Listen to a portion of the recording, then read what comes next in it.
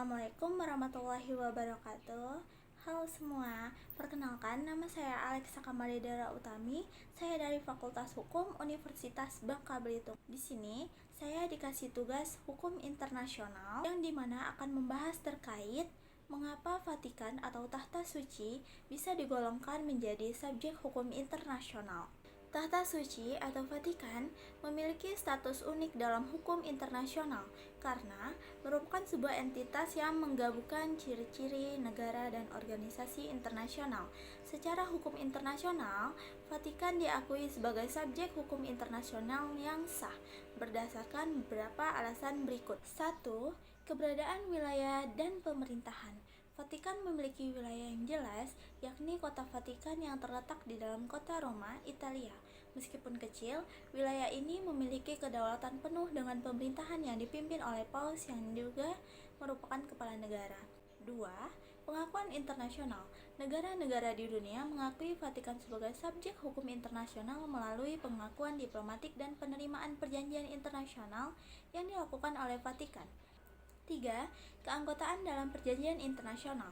Vatikan telah menandatangani dan meratifikasi berbagai perjanjian internasional, seperti Konvensi Jenewa yang mengatur perlindungan hak asasi manusia dan hukum humaniter internasional.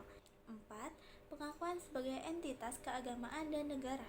Sebagai pusat Gereja Katolik Roma, Paus memimpin umat Katolik di seluruh dunia, sementara Vatikan sebagai negara memiliki peran dalam urusan politik dan diplomasi global. Status ini memberi Vatikan peran unik dalam hubungan internasional, baik secara pusat agama maupun negara berdaulat. Dan yang kelima, hubungan diplomatik. Vatikan memiliki hubungan diplomatik dengan banyak negara dan misi diplomatik di beberapa tempat di dunia. Selain itu, Vatikan berperan dalam organisasi internasional seperti Perserikatan Bangsa-Bangsa atau PBB, meskipun bukan anggota penuh dan memiliki status pengamat permanen. Apa itu Tahta Suci? Tahta Suci dalam bahasa Latinnya yaitu Sancta Sedes, merujuk pada otoritas pusat Gereja Katolik Roma yang dipimpin oleh Paus. Istilah ini lebih mengacu pada lembaga keagamaan dan administratif Gereja Katolik, bukan pada negara atau wilayah tertentu. Tahta Suci adalah entitas yang memiliki otoritas tertinggi dalam urusan spiritual, keagamaan, dan administratif Gereja Katolik di seluruh dunia. Perbedaan Tahta Suci dan Vatikan. Tahta Suci seringkali disamakan dengan Vatikan, namun sebenarnya Vatikan adalah negara kecil yang terletak di dalam kota Roma, Italia, yang secara resmi merupakan wilayah yang dikuasai oleh Tahta Suci. Perbedaan Tahta Suci dan Vatikan. Secara definisi dan fungsi, Tahta Suci atau Sancta Sedes adalah lembaga keagamaan dan administratif yang dipimpin oleh Paus sebagai kepala Gereja Katolik Roma. Tahta Suci tidak terbatas pada wilayah tertentu dan memiliki pengaruh global di bidang keagamaan dan diplomasi. Sedangkan kota Vatikan atau Vatican City adalah sebuah negara berdaulat yang terletak di dalam kota Roma, Italia. Kota Vatikan memiliki entitas politik dan kedaulatan hukum yang terpisah dari Italia. Menurut status hukum, Tahta Suci tidak terikat oleh batas geografis tertentu. Sedangkan kota Vatikan adalah negara berdaulat yang memiliki pemerintahan, sistem hukum, dan kedaulatan teritorial yang diakui oleh hukum internasional. Secara kepemimpinan, Tahta Suci dipimpin oleh Paus sebagai pemimpin spiritual dan administratif Gereja Katolik. Tetapi dalam kapasitas ini, Paus tidak bertindak sebagai pemimpin negara secara langsung, kecuali dalam kapasitasnya sebagai penguasa kota Vatikan. Sedangkan kota Vatikan juga dipimpin oleh Paus, tetapi di sini Paus berfungsi sebagai kepala negara yang memerintah wilayah tersebut. Secara hubungan internasional, Tahta Suci memiliki hubungan diplomatik dengan hampir semua negara dan organisasi internasional. Sedangkan kota Vatikan, meskipun juga memiliki hubungan diplomatik, ia lebih terbatas pada urusan negara seperti mempertahankan kedaulatan, mengatur kebijakan luar negeri, dan menjalankan pemerintah. Sejarahnya, sejak abad pertama Masehi, Gereja Katolik mulai berkembang di Kekaisaran Romawi dengan Paus pertama, St. Petrus sebagai pemimpin spiritual di Roma. Paus dianggap sebagai penerus otoritas Kristus atas gereja. Pada masa ini, Gereja Katolik belum memiliki negara atau wilayah sendiri. Pada abad pertengahan, Paus memperoleh pengaruh besar, tidak dalam urusan keagamaan, tetapi juga politik. Paus memiliki negara gereja, wilayah yang terletak di Italia Tengah dan Utara yang dikuasai oleh Paus sebagai pusat pemerintah gereja. Paus juga memiliki pengaruh besar dalam urusan politik Eropa. Pada abad ke-19, dengan gerakan Risorgimento yang berusaha menyatukan Italia, wilayah negara gereja kehilangan kekuasaannya. Pada tahun 1870, Roma dieneksasi oleh kerajaan Italia, mengakhiri secara de facto keberadaan negara gereja dan menyebabkan Paus menanggapi dengan menolak meninggalkan Vatikan dan mengklaim diri sebagai Paus yang terpenjara. Setelah lebih dari setengah abad tanpa pengakuan atas wilayah gereja, pada tahun 1929, Perjanjian Lateran ditandatangani oleh Tahta Suci dan Kerajaan Italia. Dalam perjanjian ini, Italia mengakui kota Vatikan sebagai negara berdaulat, terpisah dari Italia, dan Paus memperoleh kembali otoritas politik atas wilayah tersebut. Perjanjian ini juga mengukuhkan status Tahta Suci sebagai entitas internasional dengan kemampuan untuk menjalin hubungan diplomatik. Dengan demikian, Tahta Suci dibentuk sebagai lembaga yang terpisah dari negara Italia, berfungsi sebagai pusat administrasi dan spiritual gereja Katolik, serta memainkan peran penting dalam diplomasi internasional. Sejak Perjanjian Lateran, Tahta Suci menjadi entitas hukum internasional yang berdaulat meskipun tanpa wilayah besar. Karakteristik Tahta Suci sebagai subjek hukum internasional. 1. Kedaulatan. Meskipun wilayahnya terbatas pada kota Vatikan, Tahta Suci memiliki kedaulatan penuh atas wilayah tersebut yang diakui oleh perjanjian internasional seperti Perjanjian Lateran tahun 1929. 2. Hubungan diplomatik. Tahta Suci memiliki hubungan diplomatik dengan hampir semua negara dan memiliki status pengamat di organisasi internasional seperti PBB.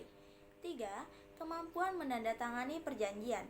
Tahta Suci dapat menandatangani perjanjian internasional dan terlibat dalam diplomasi global. 4. Independensi. Meskipun terletak di dalam Italia, Tahta Suci beroperasi secara terpisah dari negara Italia dengan status hukum independen. 5. Pengaruh moral. Sebagai pemimpin gereja Katolik, Tahta Suci memiliki pengaruh besar dalam masalah global seperti perdamaian, hak asasi manusia, dan keadilan sosial. Prinsip hukum internasional yang berlaku untuk Tahta Suci. 1. Prinsip kedaulatan dan integritas teritorial. Meskipun kota Vatikan merupakan negara yang sangat kecil, hanya sekitar 44 hektar, Tahta Suci tetap diakui sebagai entitas berdaulat secara penuh dalam hukum internasional. Kedaulatan ini mencakup hak untuk mengelola urusan internal dan menjaga integritas teritorialnya, yang diakui oleh perjanjian internasional seperti Perjanjian Lateran tahun 1929 dengan Italia. 2. Prinsip non-intervensi. Tahta Suci tidak terlibat dalam urusan domestik negara lain, namun tetap memainkan peran penting dalam isu-isu global, seperti hak asasi manusia, perdamaian, dan keadilan sosial.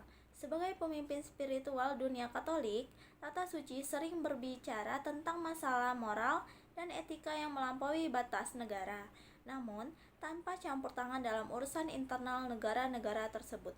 3. Sistem hukum kanonik. Di dalam Tahta Suci, hukum kanonik diterapkan untuk mengatur urusan internal gereja Katolik, termasuk aspek-aspek kehidupan rohani dan administrasi gereja. Hukum ini mengatur berbagai hal seperti sakramen, disiplin gereja, dan hubungan antar umat Katolik. Meskipun hukum kanonik tidak berlaku di luar Tahta Suci, ia memengaruhi umat Katolik di seluruh dunia dan menjadi dasar dari kebijakan gerejawi yang diterapkan di berbagai negara. Pengaruh Tahta Suci dalam diplomasi dan hukum internasional. 1. Peran dalam diplomasi internasional. Meskipun Tahta Suci tidak menjadi anggota penuh PBB, ia memiliki status pengamat tetap yang memungkinkan Tahta Suci untuk berpartisipasi dalam diskusi internasional dan memberikan pandangan pada berbagai isu global. Paus dan diplomat Tahta Suci sering berperan sebagai mediator dalam konflik internasional, menawarkan pendekatan diplomatik untuk mencapai perdamaian. Dengan pengaruh moral dan spiritualnya, Paus juga terlibat dalam upaya rekonsiliasi dan perdamaian di wilayah yang mengalami ketegangan atau perang. 2. Pengaruh dalam isu global. Tata Suci aktif dalam mempengaruhi kebijakan internasional yang terkait dengan hak asasi manusia, kemiskinan, perang, dan perlindungan lingkungan hidup. Sebagai pemimpin spiritual global, Paus dan Tata Suci berbicara mengenai isu-isu moral yang memengaruhi dunia, seringkali mendesak negara-negara untuk melindungi martabat manusia, mengurangi ketimpangan sosial, dan menjaga keberlanjutan lingkungan. Pengaruh ini tercermin dalam dokumen dan pidato Paus yang sering dijadikan referensi dalam pembuatan kebijakan internasional. Tantangan dan kontroversi. Tantangan internal dan eksternal. Internal, Tata Suci menghadapi masalah internal seperti skandal pelecehan seksual yang melibatkan anggota gereja, serta tantangan keuangan seperti masalah pengelolaan dana yang dapat memengaruhi kepercayaan publik terhadap gereja Katolik. Sedangkan eksternal, pengaruh Tata Suci di luar dunia gereja terkadang dipertanyakan, khususnya ketika gereja mencoba memengaruhi kebijakan negara-negara yang menganut paham sekuler. Ketegangan ini muncul karena adanya perbedaan antara ajaran moral gereja dengan kebijakan negara-negara yang lebih sekuler atau liberal. Kontroversi terkait pengaruhnya. Tata Suci sering menghadapi kritik karena peran aktifnya dalam memengaruhi kebijakan moral di negara-negara sekuler, seperti menentang aborsi, pernikahan sesama jenis, dan hak perempuan. Kebijakan-kebijakan ini seringkali bertentangan dengan pandangan masyarakat yang lebih liberal atau negara yang lebih sekuler, sehingga memicu perdebatan tentang sejauh mana gereja seharusnya berperan dalam urusan politik dan moral dunia luar. Kesimpulan, Tata Suci memiliki status yang unik sebagai subjek hukum internasional. Meskipun tidak memiliki kekuatan politik atau militer seperti negara-negara pada umumnya, peran moral dan diplomatik Tata Suci tetap signifikan dalam hubungan internasional. Sebagai pemimpin gereja Katolik, Tata Suci memainkan peran penting dalam memengaruhi kebijakan dan diskursus global, terutama terkait isu-isu etika dan moral. Ini menjadikannya entitas yang dihormati meskipun tidak memiliki kedaulatan politik formal. Penutup, pengakuan terhadap Tata Suci sebagai subjek hukum internasional mencerminkan bahwa hubungan antar negara tidak hanya ditentukan oleh kekuatan politik dan militer, tetapi juga dinilai dari spiritual dan moral yang dapat mempengaruhi kebijakan dan keputusan internasional. Ini menunjukkan bahwa dimensi moral dan etika yang diwakili oleh Tata Suci memiliki tempat dalam diplomasi dan interaksi global. Sekian penjelasan dari saya. Semoga apa yang saya sampaikan bisa dipahami dan bermanfaat bagi teman-teman semua. Sekian dari saya. Wassalamualaikum warahmatullahi wabarakatuh.